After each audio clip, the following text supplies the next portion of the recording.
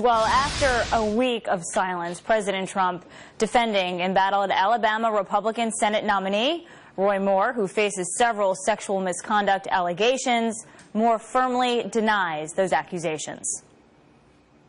You can't remember what you did 40 years ago, but you remember what you didn't do. And I'll tell you, I didn't have any wrongful relationships, engage in any sexual misconduct with an underage woman.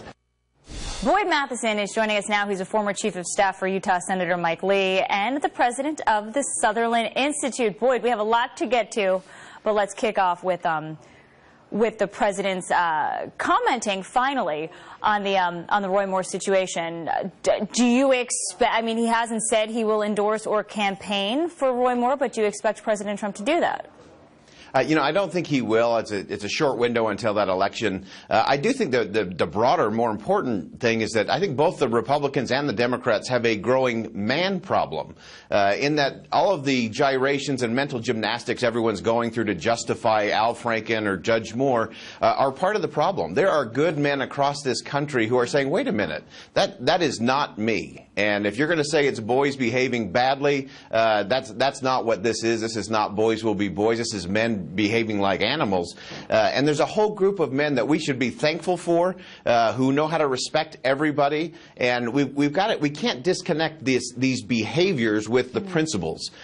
We've got to get back to that as a society, and we're making it too political so we can justify one thing or the other. And that's the problem. This is a cottage industry. This starts with decency, morality, civility, and fidelity. And we got to get back to that. And it starts in our homes and in our communities. The politics will take care of itself on the back end. Okay, well, Roy Moore continues to deny, and therefore President Trump says, well, he denies, even though his daughter Ivanka says, look, it's disgusting what Roy Moore did. And we have several prominent establishment Republicans, Mitch McConnell, Paul Ryan, even the RNC, saying he should quit the race.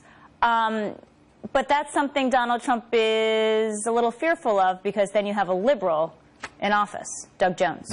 That's right. And again, this is where we got to put the politics on the shelf. And as a country, we got to get comfortable having some uncomfortable conversations, especially about this type of behavior. And the president should lead out on that, and members of Congress should lead out on that. But unfortunately, we can't look to Washington, and we certainly can't look to Hollywood to lead this conversation. We got to start it at home. But I do hope we do get to that part of the conversation. That's where it really matters.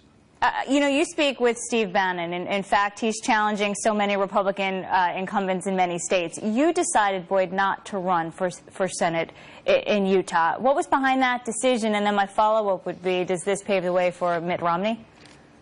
So in terms of my decision really came down to the fact that right now you have someone like a Steve Bannon and a few other outside interests who, more than any one senator or even all 100 senators combined, is driving the conversation we're having as a country for the next year. I think that's wrong. So I'm going to spend my time focused on developing leadership. We have such a lack of leadership. I think I tapped into the one thing that unites the Trump loyalists with the Never Trump camp, and that is their absolute frustration for the lack of leadership in the United States Senate. So I'm going to focus on supporting and helping leaders and training that, because we have to do things differently in our nation's capital, and that's going to take a big effort. And maybe address the man problem first, as you suggest, as you say.